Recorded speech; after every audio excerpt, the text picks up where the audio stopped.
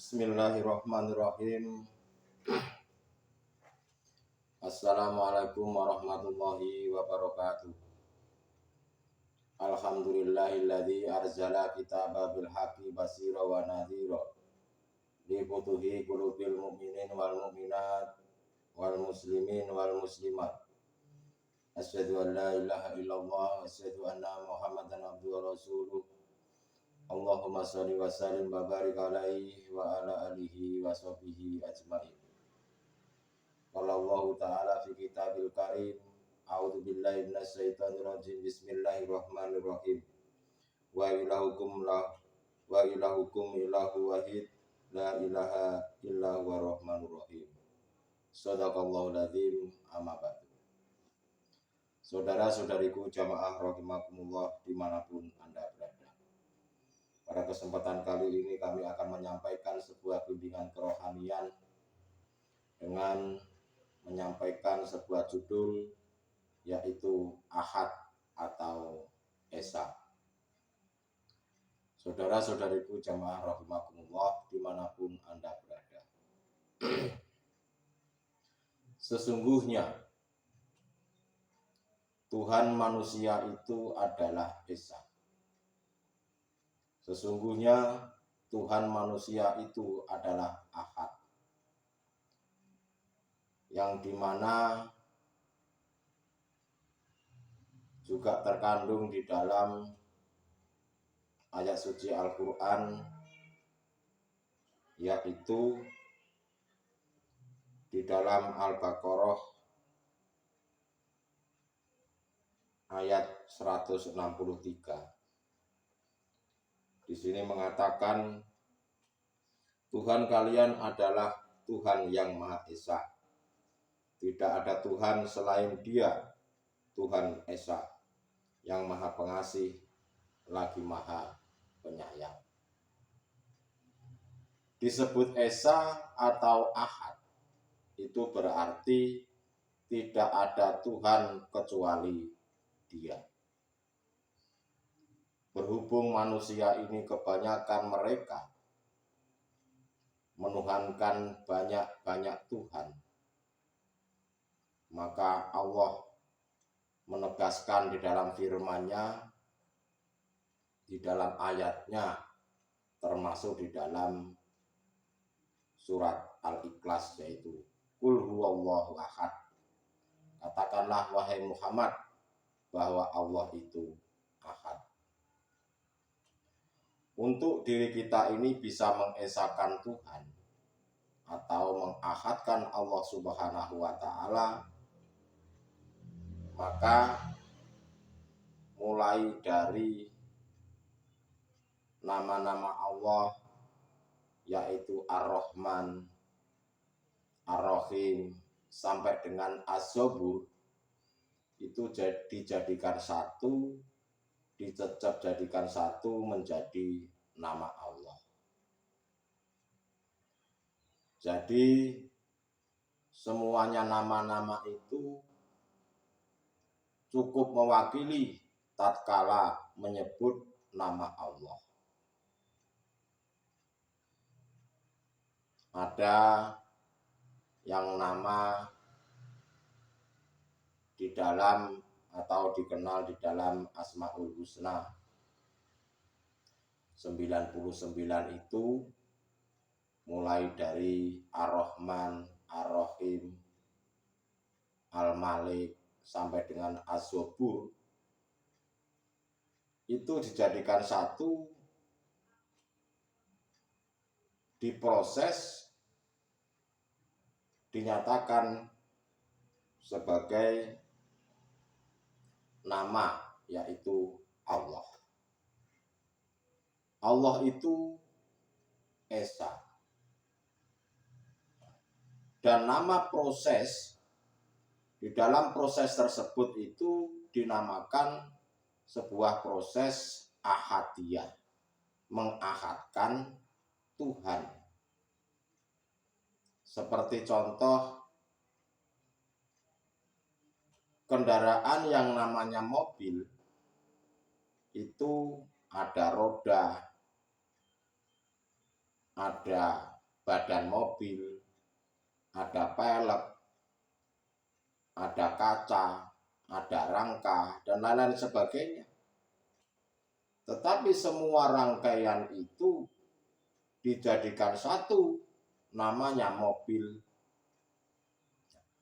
Dan prosesnya itu atas perangkaian tersebut untuk menyebut nama mobil. Nah, itulah namanya ahadiyah, proses ahadiyah. Bukan berarti ahad itu, bukan berarti esa itu sebuah rangkaian. Seperti halnya yang saya contohkan tadi, seperti mobil itu tadi. Bukan seperti itu maksudnya. Cuma saja hal ini hanya untuk mencontohkan agar kita mudah di dalam pemahamannya. Karena yang namanya ahad, yang namanya esa, itu merupakan sesuatu yang hanya bisa dirasakan dan hanya bisa diimani atas wujud dan nyatanya Allah Subhanahu wa Ta'ala. Saudara-saudariku jamaah rahimakumullah dimanapun Anda berada. Karena ahad itu, esa itu adalah alladzi, yang bahasa Indonesia adalah hidup. Hidup itu sendiri. Dan adanya wujudnya Allah itu harus ada. Tidak boleh tidak ada. Karena tampilan seluruh makhluk yang engkau lihat itu sesungguhnya Allah. Ya hidup itu tadi. Di mana hidup itu telah mendohirkan dirinya. Baik secara dohir dan secara batin. Itulah Allah. Karena sesungguhnya hidupnya itu, hidupnya makhluk itu tidak ada sebetulnya. Dan yang ada hanyalah Allah Subhanahu wa Ta'ala. Itu secara hakikatnya. Tetapi hal ini hanya bisa dilihat dan yang melihat bagi orang-orang yang dikehendaki oleh Allah. Yang kami sebut dan sering kami sebut adalah mereka golongan-golongan ahli syuhud, para kekasih-kekasihnya Allah. Ada yang namanya istilah satu tapi banyak, banyak tapi satu. Bukan angka itu yang kami sebut satu, tetapi yang kami sebut yaitu esa. Maksudnya adalah hidup. Dan untuk bisa masuk pada hidup, Anda harus berzikir sirul asrar, mulai dari proses su'arul basiroh, ainul basiroh, hakul basiroh, sampai dengan fana'u dzikri. Di dalam rahasia ada rahasia, di dalam cahaya ada cahaya. Kecuali bagi mereka yang masih tergolong di dalam golongan hatinya ahli hijab, mau dikatakan, mau dikasih tahu seperti apapun, mereka itu tidak akan tahu, tidak bisa mengesahkan Tuhan hatinya. Disebabkan apa mereka itu hatinya tidak bisa mengesahkan Tuhan? Ya karena mereka itu tidak percaya adanya tauhid ilahiyah, tidak percaya dengan adanya bimbingan-bimbingan kerohanian seperti ini. Itulah yang menyebabkan mereka itu hatinya tidak bisa mengesahkan Tuhan. Jadi saudara-saudaraku, pada kesempatan kali ini kami tegaskan bahwasanya bimbingan kerohanian untuk menjadikan keluhuran budi itu bukan berarti manusia itu, makhluk itu yang berbudi luhur.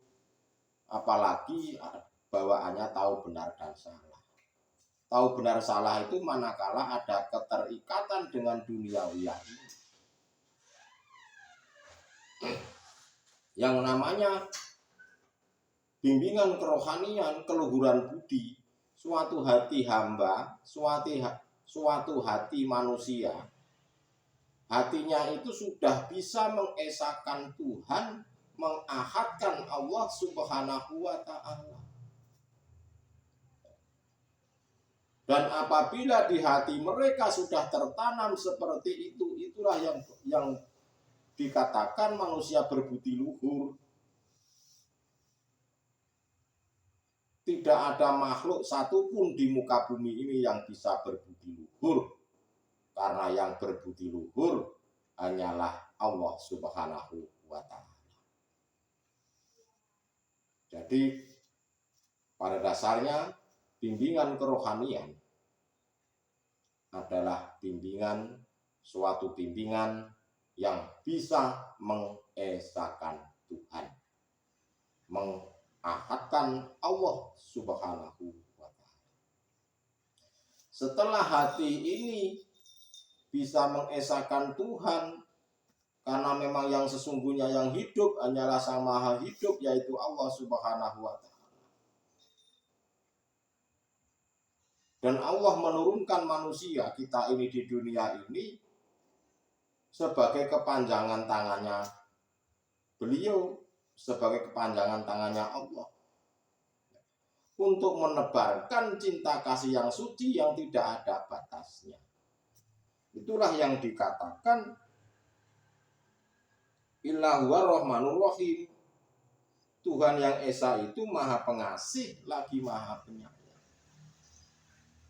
Maha pengasih itu berkaitan dengan fisik jasad jasmania ini, tetapi maha penyayang, sifat penyayang hanya diberikan kepada orang-orang yang dikehendaki, para kekasihnya Allah, para nabi dan para rasul, dan golongan-golongan hatinya ahli syukur. Itulah saudara-saudaraku perlu dipahami bahwasanya bimbingan kerohanian ini adalah bagaimana hati bisa mengahadkan Allah, bisa mengesahkan Tuhan yang Maha Esa. Kesimpulannya pada dasarnya manusia ini tidak ada yang berakhlak mulia, yang berakhlak luhur budi, karena yang mulia, yang luhur budi hanyalah mutlak miliknya Allah Subhanahu wa Ta'ala.